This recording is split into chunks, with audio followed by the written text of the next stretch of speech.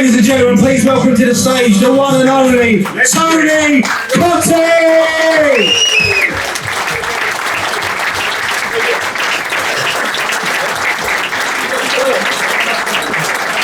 Mind your step, Tony.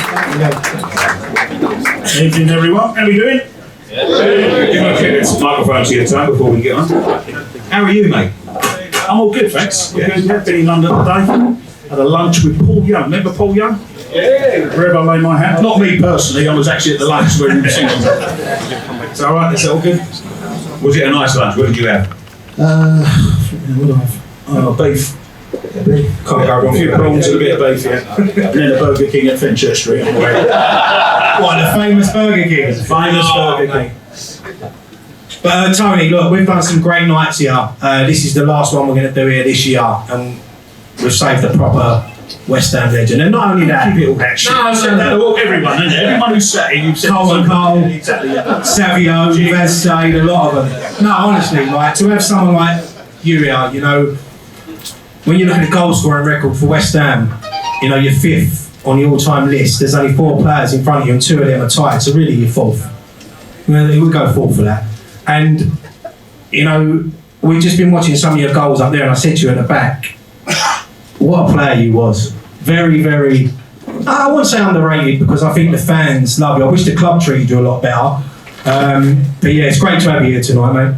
Cheers, Ryan, thanks. So, I mean, if I'd have stayed at the club, I ended up with 306 goals, so I would have been number 2 on the list. So, yeah, I mean, I see it tonight and think, oh, I wish one club man and all that. You know, obviously made decisions along the way like we all do with life, and you know, your business, you have to make decisions, which I'm sure you're going to ask me about it and everything. But yeah, I love my time at West Ham. It's my club, it's your club, it's not just my club, it's everyone's club. But you know, it's very special to me, and you know, to be born in West Ham, I just got my brand new passport, and on it says birthplace West Ham.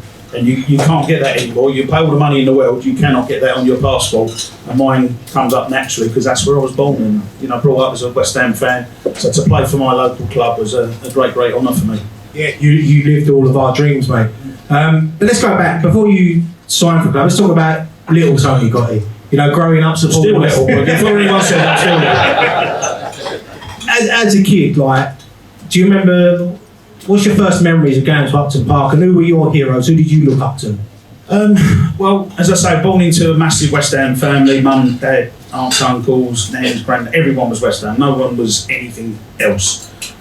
Family originally from East Ham, so when I was born into the world, born in West Ham, but lived in East Ham for 18 months, and then like a lot of us moved out, obviously. Original heroes, I think I sort of grew up. You hear the name Bobby Moore, you hear the name Jeff Hurst, and you hear the name Martin Peters. And that was really sort of the names that I grew up, you know, as a young kid. When you're 4 and 5, you don't really understand what's going on. But all you hear is West Ham, West Ham, West Ham, and my dad moaning every time we lost, which is obviously quite often. And you know, you just start to, when I was about 5, 6 years of age, you start to think, you know, what is this West Ham? What is it I keep hearing about? And you sort of becoming aware. I started to play football in the playground, like everyone does, 5, 6 year olds, started playing football. And then I went to my first game, was in 1972. West Ham owned the Forest, we won 4-2. Pop Robson, one of my great heroes, scored 2 goals that night. I don't remember a thing about the game, obviously I was only 6. But I remember going and went in the North Bank, took a crate with me, like, you know, the older ones know what I'm talking about. I went down the front, stood on the crate, and I still could just about see over the Alding balls. And in the North Bank, which is where I watched my first game from. And yeah, and after that it was like, Dad, when can we go again? You know, when's the next game? And my dad was like, oh son, look, I can't afford to take you every game, I'll take you when I can, sort of thing. And I just started to very slowly start to go to the games, and then it became a few more and then a few more, and then obviously by the time I got into my teenage years I was going home and away, which was fantastic. What grabbed you about West Ham? What attracted you to West Ham? Because I'm sure there was more successful teams back there. I didn't have an option. I seriously didn't have an option, and you know, it was just West Ham. There was no other club was mentioned, so it was just West Ham. And then as soon as I went to that first game, that's it. That's my team. I love the colours, claret and blue. the ground, all those of you old enough to remember, the ground was phenomenal ground. I mean, it was crap in many ways, but it was our crap ground, wasn't it? You know what I mean? And you know, it was just the smells, the hot dog smells, and I don't know, peanuts and lager and piss and everything else. It was just like plenty of nice smells. So yeah, and then when I've got twin boys, and you know, I got divorced and my kids moved to Surrey, and the boys rang me up one day and they went, Dad, like, they're going to school in Surrey. Dad, like, all the other kids are wearing Arsenal and Chelsea and Man United shirts and everything. And they was both on the phone on the speaker, and I said, right, boys, can I make one thing absolutely clear? I said, you can wear whatever top you want to wear. I said, but I'll never ever speak to you again. It's up to you. You either wear a West Ham top or you don't wear anything. There is no other club. And that was it. And you know, I know my boys are both now season ticket holders, and they will do the same to their boys, you know, if they ever get around to having any kids. But that was it. It was West Ham. There's no other choice. So yeah, talk us through about signing for the club. Like, what a proud moment that must be, not only for you but your family as well, as being like big West Ham fans. How did it come about? Let's go up to the build up to it. So, like, who was you playing for? How did you start realising I could make this as a career? Well, as a youngster, I brought up in Cottee Road. That was, if you said to me, "Where's my hometown?" I'd say Cottee Road. Obviously, North Romford. Excuse me. Playing football. I think when I was about 6-7 years of age, I realised I could do what the other kids couldn't. I could score goals. Everything else was hard for me, you know, running around, being part of the team, all the things everyone found easy wasn't easy for me, but none of them could score goals. That's what they found hard, and I'm not saying that to be big-headed. It was something naturally that I had. I just had an instinct to put the ball in the net, or to be in a position when everyone runs toward, you know what kids are like, they'll run towards the ball. Everyone was running towards the ball and I was standing over there. And then I was unmarked, and then tap it into the net. And it was just, you know, why me? I don't know. I've always thought to myself, why me? My dad was a good amateur player. What's funny is my dad played for East Ham and I played for West Ham. And yet my dad told me how good he was. Like, and I went, Dad, you played for East Ham. It wasn't West Ham, you know. But there was no other genes. Like, there's no great granddad or uncle or anything. Absolutely nothing in my family that comes to me to make me into a professional football player. So I just went through the process. When I was under 10s, I scored 99 goals in one season. So I think they knew I was a bit of a talent, you know, as an under 10, you know. But it was a bit different those days, because nowadays, you know, the younger dads know what I mean. If your kid's 5, 6, 7 years of age, the professional teams are looking at you. But we didn't have that in my era. In my era, you had to wait till you was 12. So I got to the age of 12, and I think we played over Haynell on a Saturday, and we won 24-1 or something stupid like that. And I scored 10 goals that day. And the following day, my dad sat me down and he went, son, he said, we need to have a chat. He said, I've had 3 clubs that run me up and want you to sign for them as an associate schoolboy. So I said, okay, Dad. I said, who's the 3 clubs? He went Crystal Palace, who had Terry Venables at the time, team in the 80s, Arsenal, great football club, and West Ham. And that was it. And I said, Dad, I'm going to sign for West Ham. He said, well, do you want to train with the other clubs? I said, yeah. I said, let's go and do a bit of training. But I went to Palace, just didn't feel right. Went to Arsenal, didn't feel right. Went to West Ham, and training on the forecourt at Upton Park in the car park on a Tuesday night was just what I wanted, really. That was how great the facilities were. But it was my club. It's my club, and it was my club, and I wanted to play for West Ham. I signed as a 12-year-old associate schoolboy, and then it's just a case of under 12s, under 13s, under 14s, under 15s. You're constantly on trial. You constantly got to score goals. And the one thing that really used to piss me off, and it still pisses me off now, people say, oh yeah, great player, but he's too small. And I know I'm small, I can't do anything about it, you know, but it was, in the end, I had to use it as a tool. Like, you know, in my mind, it was a way of me proving everyone wrong, because they all said I had a good chance, but, you know, he's too small, he'll never make it. Even when I signed as an apprentice, which at the age of 15 at West Ham, and you know, a few of the scouts said to my dad, you know, he's a really good young player, but you know, he's going to struggle to make it because he's too small. And my dad used to feed this to me all the time as a motivation for me to prove everyone wrong. And that was a motivation, was it? Yeah, it was. And then just to prove everyone wrong, first goal was a header. So there you go, you know. They once said Leo Messi was too small, you're never going to make it. Exactly, it's a load of rubbish, isn't it? But you learn. I mean, when you're playing against Tony Adams, who's 6'4" and I'm 5'7" 3/4, you know, you can't compete physically you're not going to win the headers, so you've got to have more up there, and that was my game. Anyone who watched me play, you know, I'd like to think I was a relatively clever player, because I didn't get involved. Everyone said, "Oh, who's the hardest player?" I didn't get involved in that. I'll let McAvennie do that. He loved all that. Yeah, Elby and Dowie, you know, all that shit. But no, I didn't want to get involved in that. You know, I just played to my strengths, and I think that's what some players don't do nowadays. They don't play to their strengths. Yeah, so 1st of January 1983, you make your debut at Upton Park. It's a 17-year-old against Spurs. 3-0 win, and you scored.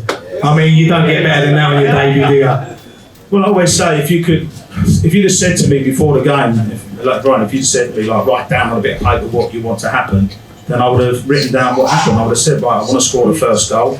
You know, I want to play Spurs, and I want to win 3-0. And, you know, as a debut, it was just incredible.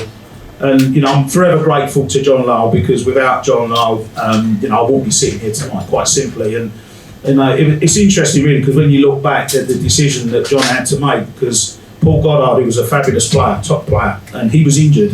And we get to, they put me in the squad. I trained with the first team, obviously, but I'd never been in the squad. They put me in the squad for the first time.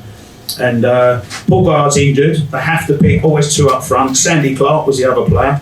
And there was a guy called Nicky Morgan, who was a reserve player. Nicky was 21 years old, and I'm 17. Nicky was scoring goals in the reserves, and I was scoring goals in the youth team and the reserves. And for whatever reason, John Lyall didn't go for the obvious choice. The obvious choice was Nicky Morgan, and he went for me. So without John, you know, I wouldn't be here, and I wouldn't have had the success and everything I had as a player, you know. And I look back and think, wow, what a choice that was, you know, to pick a 17-year-old in front of a 21-year-old. There's not too many teenage kids that are given a chance now. Yeah, we went to an event back in May for John Lyall. You was there, the E13 event. Reach it? Yeah, that's that small one. But you see the love there that night for John Lyall. You know, just tell us, what was he like as a man? Well, John was everything. I think the modern day managers nowadays, they're a good coach, or they might be a motivational coach, or they might be a good manager or whatever. John was everything. You know, he was a fantastic coach. As a manager, he could give you a bollocking, and he'd also put his arm around you. The training was so inventive. I mean, I'm sure we'll talk about the 85-86 season, but John's plan for the 85-86 season was to play 3-4-1-2. 4-3-1-2. 4-3-1-2. Like every other team's playing 4-4-2. And he bought McAvennie to play as a number 10. You know, he didn't have number 10s in 1985, and that's how far John was ahead of his time. If you didn't play well on a Saturday, he'd call you in his office Monday morning, sit down, son. Right, okay, what's the matter? And I used to look at him and say, what do you mean, John? What's the matter? I said, what do you mean? Well, you didn't play very well Saturday. I went, yeah, no, I know that. I said, just had one of them games. Yeah, but is there something wrong? You know, is your mum all right? Yeah. Is your sister all right? Yeah. Is your family all right? Yeah. Any problems with the girlfriend? And he would literally go through everything to try and cover it, to try and get in my head and find out what was wrong. But he genuinely cared, and it wasn't just me, it was all the young kids, and from an early age he used to go to Chapel Heath and watch the under 12s, 13s, 14s. So although I say I admire John for picking me, he knew from the age of 12, he knew what I was coming through the club. And you know, you always hear the rumours about the next best thing coming through a foot. You've got Max Dowman at Arsenal now, obviously, you know, a fantastic lad, 15-year-old, but Arsenal would have been aware of him probably since the age of 6. But in my day, it was the age of 12, so John Lyall knew what he had in me, and it was just the case of give me the platform and go and score the goals. What's it like when you first get called up as a 17-year-old? Because I'm sure there's going to be a couple of first teamers there that are going to be like getting in that training session. They invite you to come with the first team, they're going to stick it right on him, see what he's all about. Well, what made it harder for me is that I was a fan. So don't forget, as a 15-year-old, I went to 14-year-old. I was at Wembley 1980. It was at Wembley 1980. A few of the boys, yeah. So I'm there as a 14-year-old fan watching West Ham beat Arsenal.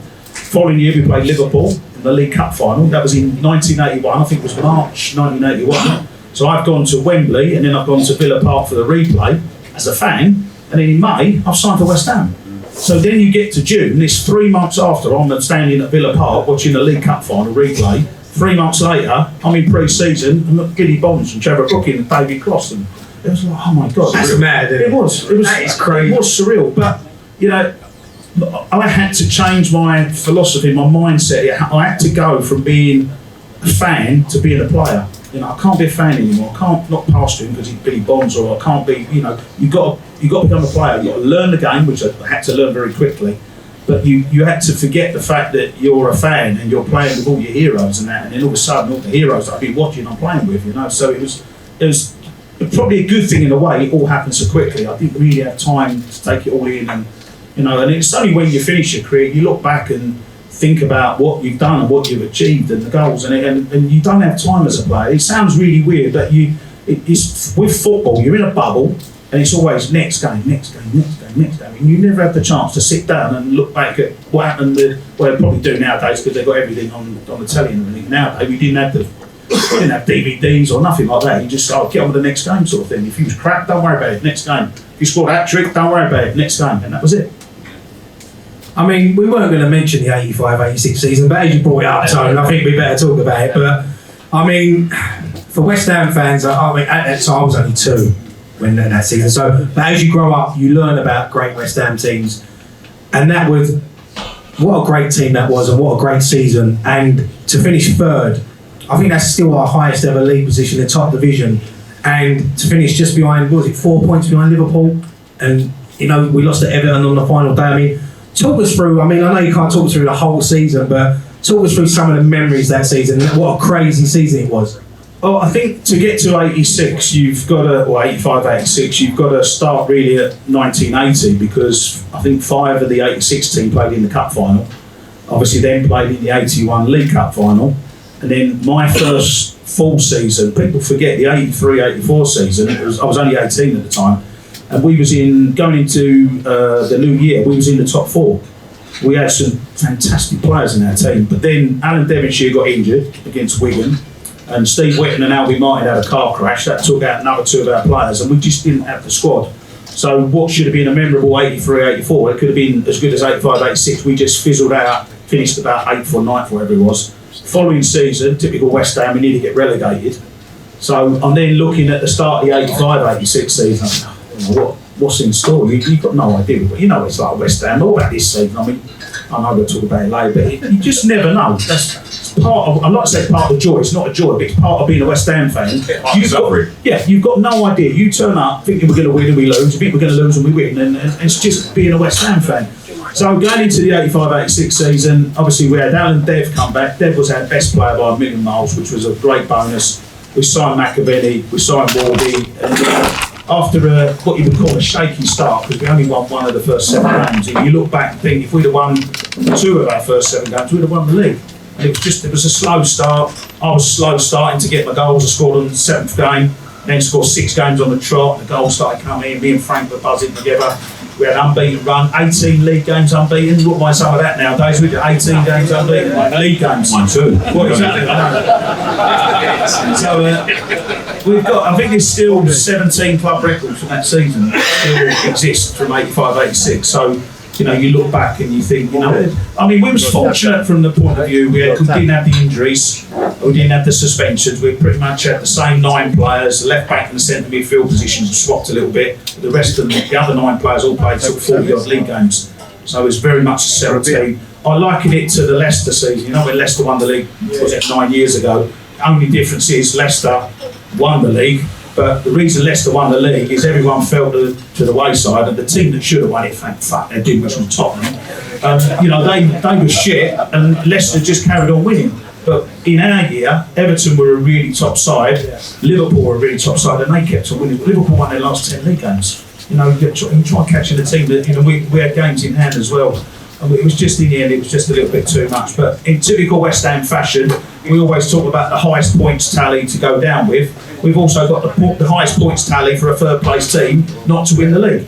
So that just shows what West Ham's all about. Oh, yes. I love that. What was the catalyst behind that? So what went right? Because as you say, we never know what we're going to walk into, but that season is probably the perfect season. I think it was having a settled team, wasn't it? Because was it 17 outfield players all season, as you said? 18, 17 outfield. Yeah. 9 players had played more than 38, 40 games that season. I just said that. Was you not listening? You were listening to me. I've got it written down here, time. We had the settled team, and we had a great camaraderie as well. I mean, we actually had a team meeting after So we drew at Southampton, and I'd had a dreadful start to the season. I hadn't scored a goal, and John left me on the bench for the 6th game.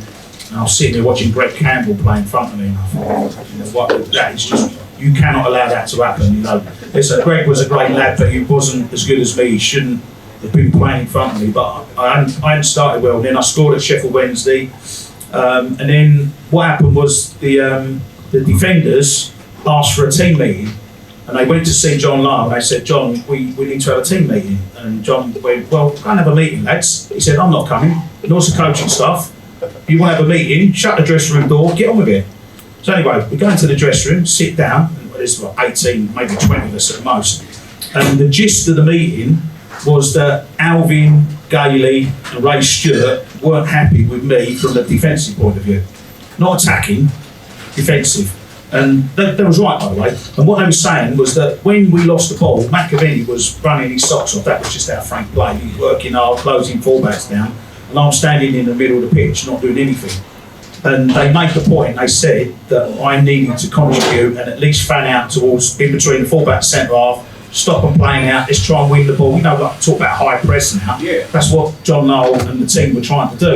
And I didn't want to do it because I just wanted to score goals. I was like, you know, I didn't want to do it. But anyway, the lads had a go at me. But to be fair, McAvennie, Wardy, Alan Dev stuck up to me and said, look, rather than worrying about him doing that, we need to get him to score the goals. And I went on the run of games to score the goals there. So we sorted it out ourselves, but we had a lot of strong characters in the dressing room. Billy Bonds was still there at the time as well. You know, we had some real leaders in that dressing room, and you know, we sorted it out ourselves. Unlike today, when they half time and they're all sitting there with their arms folded and don't say nothing. No, that's right. Probably got their headphones on at half time. But you know, we sorted it out. We had some powerful characters, and we sorted it out, and then we went on a run, and we was just unlucky in the end, you know. But I look back, and the most frustrating thing for me, looking back, is that if we'd have won the league, I never would have left West Ham. Because one of the reasons, rightly or wrongly, and I know you can laugh, but one of the reasons I went to Everton was to try and win some trophies. Because I'd been that close with West Ham, and then the following 2 seasons, we nearly got relegated again. And that's why I ended up going to Everton, because I wanted to win some trophies. But if we'd have won the trophy, I never would have left, and I would be sitting here as number 2 in the goal scoring charts. But history, you know, it just changes the direction you're going. Sliding doors, as they say. Absolutely. I mean, there was a point in that season where we had to play 4 games in 1 week. I mean, what was that like? It was great. It was great because we didn't have to train. I didn't like training anyway. So no, we actually played. You mentioned the players now. We played Saturday, Monday, Wednesday, Saturday. 4 games in 8 days. We're pretty much the same team on shitty pitches. And you know, they go on about how fast the game is now. It's a load of nonsense. You watch the games from the 80s. They are fast games, and we are kicking shit out of each other as well. It's physical, you know. It is. And the pitches are great now. They weren't great nowadays, and that, you know. But I find some of the football nowadays painful to watch. It's like pass. Fucking get the ball forward. Honestly, it's just unbelievable. They don't want to play football, isn't it? They do everything but play football. It's all stat based, isn't it? That's what it is. You know, they're all scared to give the ball away. You know, but with our team, you had like Alan Dev, Wardy and Dicko. When they got the ball, John Lyall said, "Get the ball forward." All our training, every training session, it used to really piss off the defenders. But everything was designed for me and Frank, and it was all to just get the ball forward, get it in the box, and make sure me and Frank are getting service. And you know, football's such a simple game, but you know, you've got to look forward first. You know, when you get the ball, defensive or midfield players, look forward. Because as soon as you take the touch and pass it back, then I've made a run. Simple game, simple game. You mentioned your strike partner, Frank McAvennie. That season, 46 goals between you and the league, 20 for you, 26 for McAvennie. I mean, why was it so easy for you just to get that partnership going?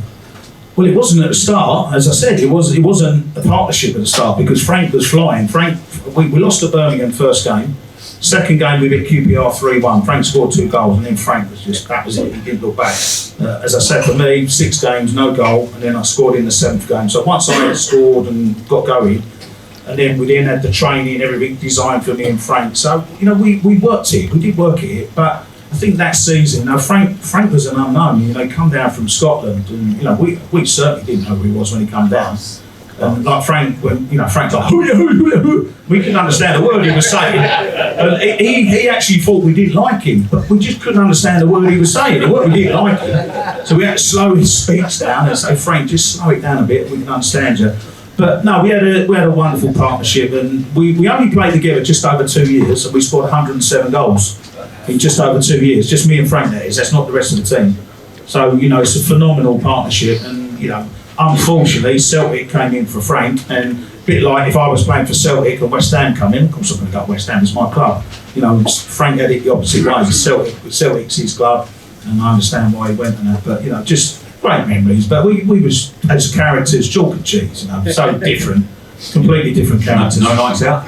Yeah, we had a few nights out, but I weren't shagging every place for free bird in London, whereas Frank was, so, well, he told me it was, I know where he actually was, but, yeah, and I mean, he had his lifestyle and it worked for him, and, I had my lifestyle, and we, as I say, you all, in every football team that there's ever been, you have to have a contrast and different individuals that can't all be like me, can't all be like Frank, you need a mix and a balance.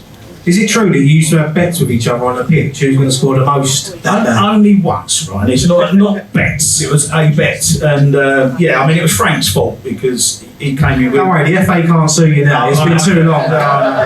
So we're playing at home to Aston Villa, and I came into the dressing room at Upton Park, and Frank came up to me and said, "I've got a great idea." I said, "What's that, Frank?" He went, "Let's have a bet on who can score the best goal." I went, "All right." I said, "Well, how much is the bet?" He went, £100. I went, "Right, done." So anyway, about 20 minutes into the game, the ball was played over the top of the Villa defence, and it sat up nicely. I ran after it. Sadly, this game's not on video. They didn't do video at the start of the 85 season. And it's sat up, and I hit this dipping volley over Nigel Spink, one of the best goals I scored in my West Ham career. I thought, I've got to win that. I'm going to win the bet, because that was a great goal sort of thing. We won the game. We ended up winning the game 4-0, 4-2, wherever it was. And I scored 2, and Frank scored 2. Anyway, second half, Frank runs through against Nigel Spink. He's done a scooper. He's got edge of the box. He's scooped it up in the air. Got miles up in the air. Landed in the back of the net. And I'm now running after Frank through. That was got to be better than my goal. And then we was arguing on the pitch about who scored the best goal. Coming into the dressing room, still arguing about who scored the best goal. And anyway, John Lyall must have heard it, or someone must have mentioned it. So we come into training on Monday morning, and John Lyall's come into the dressing room. We went, "Tony, Frank." Oh, there we go. So let's go in, sit down in the office. And John said to both of us, he said, "Right, you two," he said, "what is this about you two having a bet? Is it true?" So we looked at each other. Went, "Yeah, it is, John." He went, "Well, how much was the bet?" We said, £100. So he looked at Frank, he went, "Right, you're fined £500, and you're fined £500. I looked at Frank, "Well, that was a fucking good idea, wasn't it, Frank?" "Thanks for that, £500 light." But we were so confident that, it was the only season in my career, I played 20 years as a professional. It was the only season where I knew I was going to score and I knew I was going to win. And we didn't win every game, and I didn't score in every game, but mentally, it is a wonderful feeling.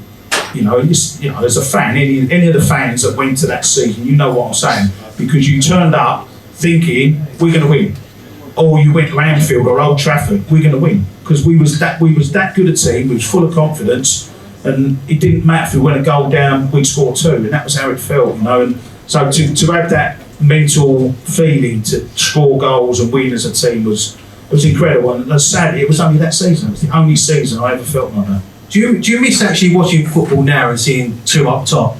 Because no one plays 2 up top no more, do they? I don't play 1 up top now, do they? Like false number 9s and all that rubbish and that. Yeah, listen, I think football goes in circles, doesn't it? I think, it goes out of fashion, goes in fashion. I mean, who'd ever thought that you got goalkeepers as one of your best players now? Yeah, seriously, if you're in goal, you're shit. You are. You're in goal because you're shit. Why would you then pass the ball to the goalkeeper and tell the goalkeeper to chip it forward? Why would you do that? I know what Alvin and Gavey would have said. He'd if you said to them, "Pass it back to Parks," he'd say, "What do you do that for?" If Parks was that good, he'd be playing in front of us. I don't get it. So anyway, I've gone off. So yeah, 2 up front. I'd love to see it come back. You just need someone brave enough, and for someone to have a bit of success with it. But everyone says, "Oh yeah, but what about the midfield?" Well, you can play 5 in midfield, play 3-5-2. You can play 4-3-1-2 like John Lyall was going to do in '85. It's so many different formations, but 2 players up front, it gives the players, the defensive players, the midfield players, it gives them more options. In other words, when they get the ball and look up front, you've got 2 targets rather than 1 target with 2 big centre halves marking them. You know, it's honestly, it drives me mad. Surely someone's got to go and have a bit of courage and go 2 up front. So when it comes to the end, you don't win the trophy with West Ham, you have to make a decision. Everton come calling. Everton at the time were one of the biggest, you know, they Top 5 club, yeah. Top 5 club, yeah. So they was sort of what we call to be top 6 now. So they was in plenty of chance to win the league. So they come calling. So how hard is it for you to make that decision? Not only just to leave West Ham, but you've been here all your life. You've been down south, and that was a bit of a bastard of a fucking place in the 80s, Liverpool. It wasn't fucking easy to live there. So how hard is it to make that decision to uproot everything and go up there? Very hard. You know, again, you can look back and think, oh, what if this and what that, what if we'd have won the league and all that sort of stuff. But at the time, you have to make a decision. And I always say, you know, when people question me about it, quick story, like digressing. So about 15 years ago, I was doing an after dinner speech in Shoeburyness, right out of the depths of Essex. I get there, I turn up, I walk through the front door, and this bloke must have been 6'4", skinny, tattoos everywhere, West Ham fan. I've just walked through the door, and he went, hello, Tone. I went, hello, mate, how you doing? He went, I've got the hump to you. I went, fucking got the hump? I said, I just walked through the door. I said, what's the matter? He said, well, you left West Ham and went to Everton. I went, yeah, I did. I said, not being funny, mate. I said, can I ask you a question? He went, yeah. I said, what's your job? He said, well, a postman, aren't I? Okay. I said, and you want to be the best postman there is, didn't you? He went, yeah. I said, you work for the Royal Mail, didn't you? He went, yeah. I said, well, there's a firm down the road that's going to give you better job opportunities and pay you 3 times your money. I said, you're obviously going to start at the Royal Mail, aren't you? You went, yeah, my fuck, I'm going down the road. I said, well, what's the difference with what I did? And because it's football, that's where it's hard, because as you well know, you're all, I'm guessing everyone's West Ham, and if you're West Ham, you know, even if we lose 8-0 to Burnley, you're not going to turn around and say, I'm going to become a Burnley fan, are you? You're still going to be a West Ham fan. And as a personal, from a personal point of view, you've got your cap on, you can't change it. That cap's and my cap's the same. But once I got into the professional football as a 15-year-old, I had to take the personal cap off. I can't go and with the ICF and go and watch the away games anymore. I couldn't do that. And, you know, I had to put my professional... Yeah, I got back to doing it obviously in Europe, but I put my professional cap on, and then I had 20 years as a professional, and you just got to make the decisions. When I left first time, it was my choice. I just got so frustrated. Paul Goddard left, Frank McAvennie left. I was playing up front with Paul Hill, you know, so it was getting frustrating, you know, and so I had to make a decision. But the funny thing about it was, like, I think most West Ham fans felt I was going to sign for Arsenal. And most Arsenal fans thought I was going to sign for Arsenal, and most Everton fans thought I was going to sign for Arsenal. Because I'm a London boy, you know, it's another 15 minutes to go around to London, Cottee. You know, just you ain't got to move and everything. You just drive a bit further and go to the training ground, all that sort of stuff. And anyway, so I obviously had to make a decision. I met Colin Harvey, the Everton manager, sat down with him. I looked him in the eyes. I went, Colin, I said, why do you want me to sign for Everton? And he looked me straight back in the eyes. He went, Tony, he said, I want you to score 25 goals a season for Everton. I looked at him, it's going to be tough, but, you know, forget it. Someone say, I want you to score 25 goals a season. Brilliant. So, met him first, and then go and meet George Graham, the Arsenal manager. Sat down with George Graham, and I said to George, it's the same question, why do you want me to sign for Arsenal? He looked me in the eyes, and he went, Tony, he said, when we lose possession of the ball, I want you to go and stand out by their right back. I thought, what the fuck do I want to do that for? Seriously. And then he then said to me, he said, and of course, if you sign for Arsenal, you can wear your club blazer with pride. I think, what the fuck you want to do that for? I'm a West Ham fan. What do I wear an Arsenal club blazer for? That's what he said to me. So, you know, I think George was very blasé. I think he felt because I was a London boy, I was just going to sign for Arsenal. And in the end, I signed for Everton. I don't regret signing for Everton. What I will say is Everton and West Ham are very, very similar clubs. Proper people, proper fans, working class club, love their football, know their football, very passionate, you know, and everything that I'd had at West Ham, I got at Everton. And although I had a lot of ups and downs at Everton, they always backed me and always supported me. And then, of course, I came back to West Ham, you know. But, you know, I don't regret not signing for Arsenal. You know, and all the gooners come up to me and say, you should have signed for Arsenal. And I say, well, if I'd have done that, you wouldn't have had Ian Wright. And they go, oh, yeah, that's a good point. I'm glad you didn't sign. But yeah, no, as you said, 6 great years at Everton, the FA Cup final as well, the Merseyside derby, the FA Cup. That was at Hillsborough. Yeah. What was that like to play in an FA Cup final? it was a dream come true for me, because I think, I'm of a certain age that, believe it or not, you youngsters, that FA Cup final was the dream. You go into professional football and you don't want to win the league, you don't want to win the European Cup, you want to win the FA Cup. That was the big thing. So to play in the final was a dream come true. Sad thing about it, it was the Hillsborough final. So obviously Liverpool were playing Forest in Hillsborough, and we was playing Norwich at exactly the same time at Villa Park. So it was, it was a really sad day, and all the people dying. So that was horrific. And then everything went on after that. By the time we got to the final, it was the end of a long season, and we got beat 3-2. I had a shocking game. I was crap. It was really, really hot. I don't know whether the occasion got to me or what. I had about 1 hour's sleep without making excuses. I was genuinely so excited. I should have had a sleeping pill or something, and I'd have been all right. And I just was knackered, and after that I lost my place at the start of the next season, and all the problems started. But I can see it tonight. So I played in the FA Cup final and played in the League Cup final with Leicester as well. You returned to West Ham. Harry Redknapp brought you back. Were easy decision to come back to West Ham? I was ready. Yeah. When I left West Ham, and I knew the fans would be angry with me, and if I was a West Ham fan, I would have booed me coming back. And it was a bit like when Declan came back to the first game and that, and quite a lot of the fans were booing, but quite a few were clapping, and I had that sort of mix. I think a few of them wanted to clap but couldn't, and it was hard. And then Everton won 1-0, and that didn't really help things. And then every time West Ham played Everton, or Everton played West Ham, the West Ham fans were sort of booing-ish, not horrendously, but it was almost like you shouldn't have left us type of thing. And I get it, I totally get it and understand it. And anyway, if you fast forward 5 years after I'd signed for Everton, and the great Bobby Moore died. And as soon as Bob died, they said they're going to put on a game, which is going to be a West Ham against a select Premier League 11. And what they're going to do, they're going to choose one player from every Premier League club to represent the Premier League and go and play at Upton Park. So I thought, I'm at Everton, obviously, and I'm thinking, it's got to be me. I really, really wanted to be a part of it. So anyway, I got the letter through confirming I'm the Everton representative to go and play in the Premier League 11. We get to Upton Park, and we're sitting in the dressing room before the game, and the bloke come in from the FA, and he said, just to let you know, he said, what we're going to do before the game, everyone's going to line up, and we're going to get the guy on the tannoy, or whoever it was at the time, he's going to introduce every player individually to the crowd. And I went, bearing in mind I've been booed every time I've been back to Upton Park. I went, oh my God, no. And honestly, I'm thinking, this is going to be disastrous. They can't boo me. It's Bobby Moore, the great Bobby Moore. That's surely. But I'm dreading it. I'm absolutely dreading it. And anyway, they come down the line. Everyone's getting a round of applause. Even Nigel Winterburn, everyone's getting clapped and all that.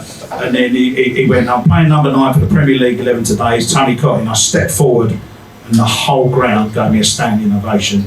And I thought, do you know what? I'm ready to come back. And I knew that moment, so thanks to the great Bobby Moore, I knew if ever I had the chance, I'm coming back. And then a year later, April, playing for Everton at Upton Park, and Everton won 1-0, and I scored the only goal of the game. And it was like, I think, it's probably, but it sort of showed everyone I could still score goals. And then when, again, Mike Walker took over at Everton, it was crap, and I fell out of, lost my place in the team, and then I had an agent said, look, Harry wants you at West Ham. I said, done. I had to take a pay cut. How many players would take a pay cut now to go anywhere? I took a pay cut to go back to West Ham, and that was how much I wanted to do it. So, but I was ready. But I've been away 6 and a bit years. I was ready to come back. Thank you. Your first debut was brilliant. Your second debut, Anfield away, you got sent off after 54 minutes.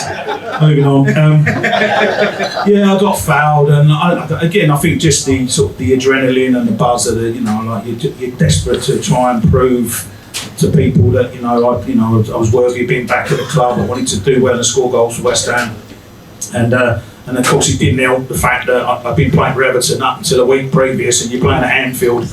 So anyway, I got fouled. It was a definite foul. The referee didn't give anything, and then I just sort of missed. I got sent off 3 times in my career. That was one of them, and I sort of nearly sliced Rob Jones in too. It's a great tackle. If anyone wants to see it on YouTube, I don't get anywhere near the ball, but I didn't actually touch him. That's the stupid thing about it. Like when Dixie used to kick somebody, he used to kick a bit, you know what I mean? But I actually didn't touch Rob Jones, and he rolled around and everything. It just looked, it looked a red card, whether it was or not, it looked a red card. Anyway, the ref come up to me and I see him go like top pocket. I thought, I looked up, it was red. But luckily I'm 10 yards from the tunnel, so I just turned in shame and just walked down the tunnel. I looked at Harry and Harry's going like, and I think, oh, what a start, you know. But it was just, I don't know, I was experienced, about 29 years old, I should have known better. But then, of course, the following week, in those days, it didn't start. It was 2 weeks before the band starts. So the following Saturday, I could play at Upton Park against Aston Villa.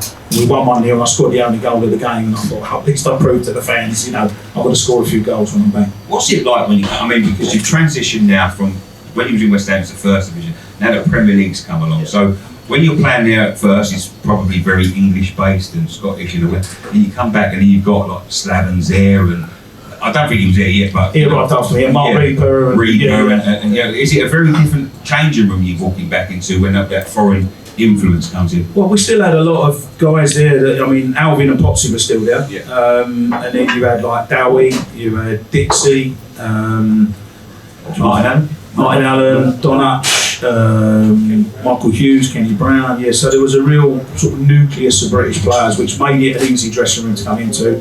And then Harry started all his experimenting, and Dimitrescu's and Darnies and Radojoyus and food trays and Reapers and Bilic and all those guys started coming. You know, I think Harry had a great time bringing those players into the club.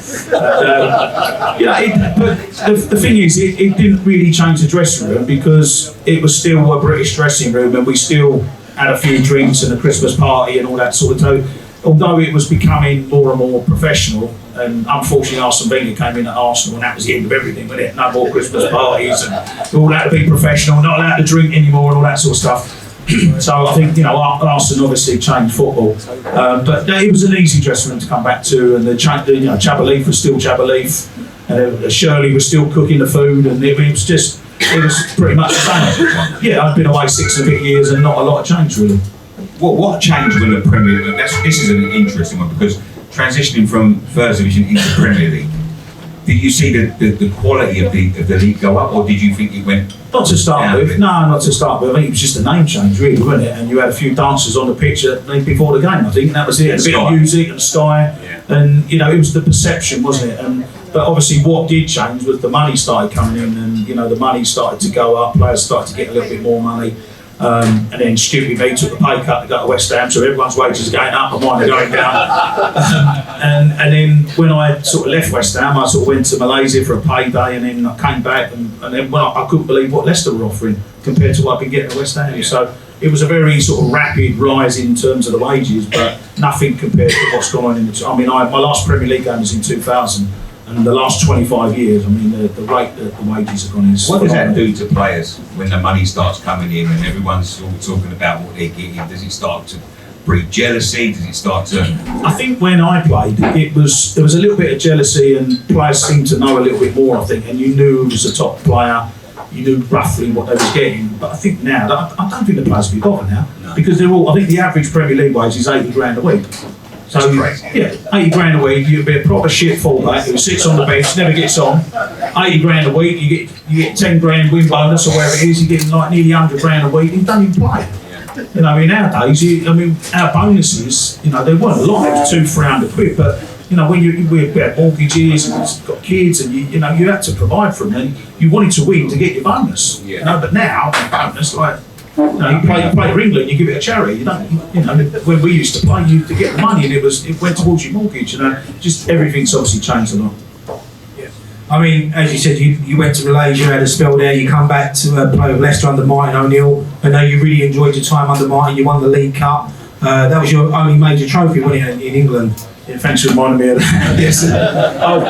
More than most. Yeah, well, I was beginning to think that I was just destined not to win anything. You know, tried at West Ham, tried at Everton, tried back at West Ham. I actually won the equivalent of the FA Cup in Malaysia, but I didn't really count. It was more like a holiday game in Malaysia. I didn't really, the football standard was poor. It was too hot to run around. Came back to Leicester, and I didn't really expect anything. I signed a 2-year deal.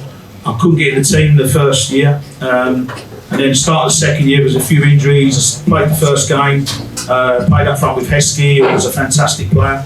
and then it just sort of snowballed from there. And that second season was some of the best football that I played in my career. You know, I was top scorer for Leicester. I won Leicester's Player of the Year. I got 16 goals, and we got to the League Cup final, and then we go and lose to Spurs. And you go, I mean, of all the teams to lose to, like for me, it was really hard to do that. And that was 16 years of trying. And after the FA Cup final, I played in 2 other Symbol Cup, Zenith Cup finals. Like that was my 4th cup final that I'd lost. And I think that I'm just never going to win anything here. And anyway, the final whistle went against Spurs on Wembley. I'm 33 years old. And I just couldn't help myself. I was just so gutted that I haven't won, gutted we've lost to Spurs, and I'm just on the pitch and I have my head in my hands and sort of tears going down my face, and then this arm came up, he put his arm around me like that, and I knew by the voice who it was, and he went, Tony, he said, don't worry, he said, we'll be back next year. I knew it was Martin O'Neill. And I looked at him, I went, Gaffer, I said, I'm 33. I said, we ain't coming back. It was so hard to get to Wembley. It still is hard to get to Wembley. I went, we ain't coming back next year. He went, I promise you now, we will be back here next year and you'll be celebrated. I looked at him and I thought, oh, you know, it'd be nice, but it ain't gonna happen. Anyway, following year, get to the final, played the mighty Tranmere, and Leicester beat Tranmere 2-1, and I got my one and only winner's medal. And you know, after 17 years of trying, I was so good.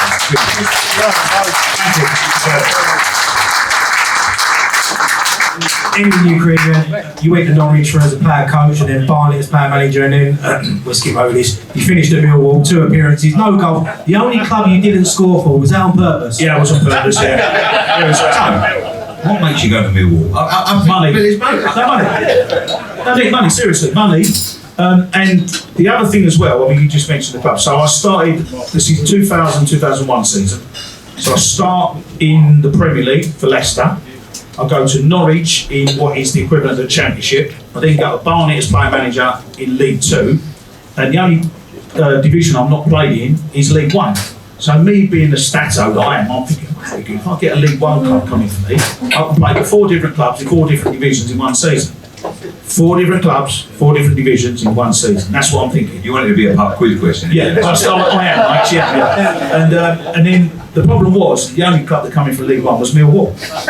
At which point I said to the agent, I went, I don't think I should do this. And he went, well, they're paying £3 a week. I went, well, maybe I might think about it.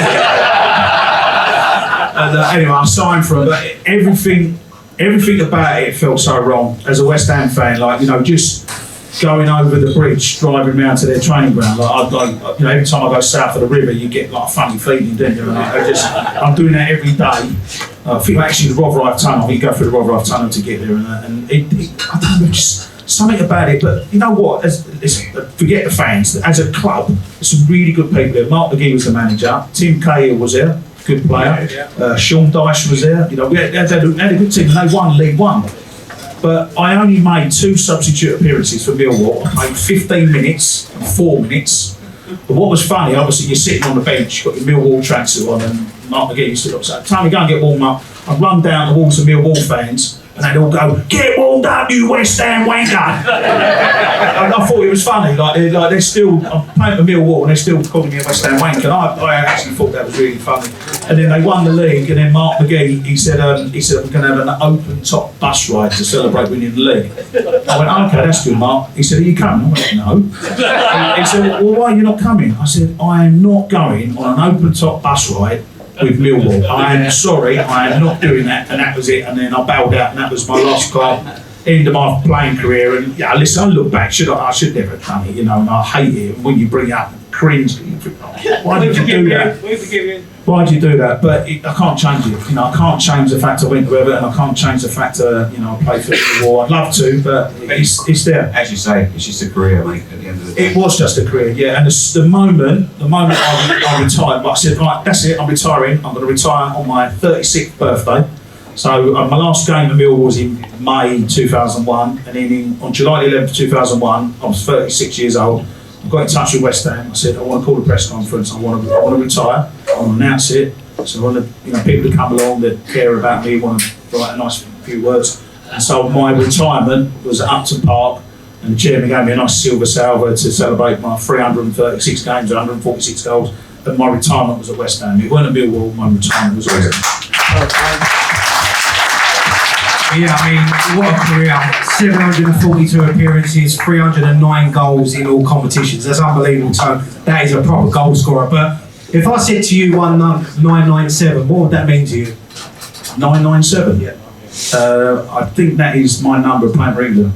That's correct. 7 England caps. That's it, 997, that's your legacy number. Yeah, I know. I mean, again, I look back on my England career and, you know, I'm so pleased I played for England. To have 7 caps is wonderful. I look at, I don't know why they're all West Ham. Billy Bonds, no cap.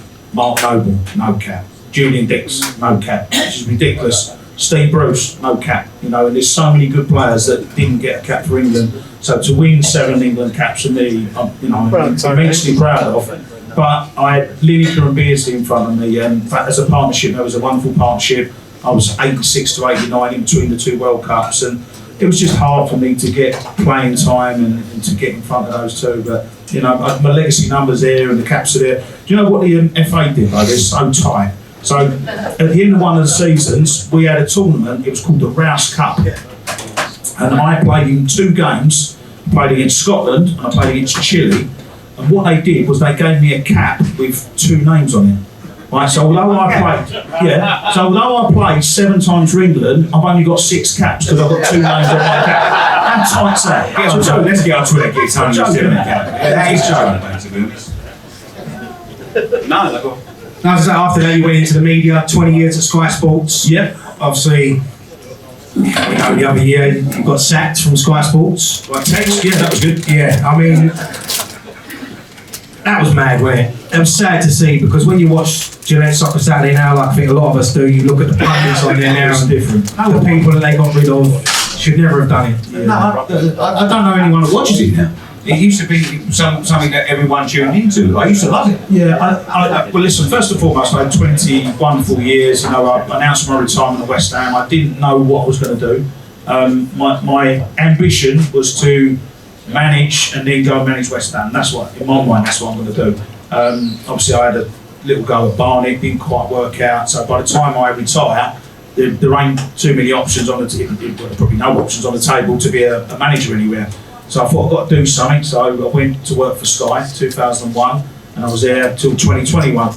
And in that time, you know, football and the world's changed. You know, and nowadays I don't think the kids, the young ones, I don't think they want to listen to the football talk. They just want to know the scores. So I mean, really, it's only relevant the show really between 3 and 5 o'clock. You know, and we all put it on to see like if someone scored or whatever, and you want to know how the other results are going. But you know, I agree with what you boys say. I think what they should have done, because it was an end of an era. You know, once Charlie, Tomo, and Tiz went, once those 3 went, I knew I wouldn't be far behind. And you know what they should have done really, they should have, I don't know, called it Football Saturday or Saturday Soccer or something. Just renamed and rebranded it, and then people like us will be looking and saying, "I'm Soccer Saturday." It's not what it used to be, because it's not what it used to be. It should be a different show, and I think that's what they've done wrong. You know, is it as good as our show? No, of course it's not. But our show was different because a lot of you guys tuned in between 12 and 3 to listen to what we were saying. But we was talking about what happened last week, whereas now the kids don't want to know about what happened last week. They don't want to know what happened 10 seconds ago, don't they? And they've got it on their phones. So the world's changed, and I understand that. But it's, you know, that's my only criticism. They should have changed the name, and in that way we wouldn't be sitting here at night saying, "Oh, Soccer Saturday ain't what it used to be." It should be called something else, and then it wouldn't be a problem then. Yeah. Well, Tom, what we're going to do, we're just going to take a quick break. Yep. And then when we come back, we want to get your thoughts and feelings on the current West Ham and the ball. So, ladies and gentlemen, I really enjoyed it. please give it up for Tony Cottee.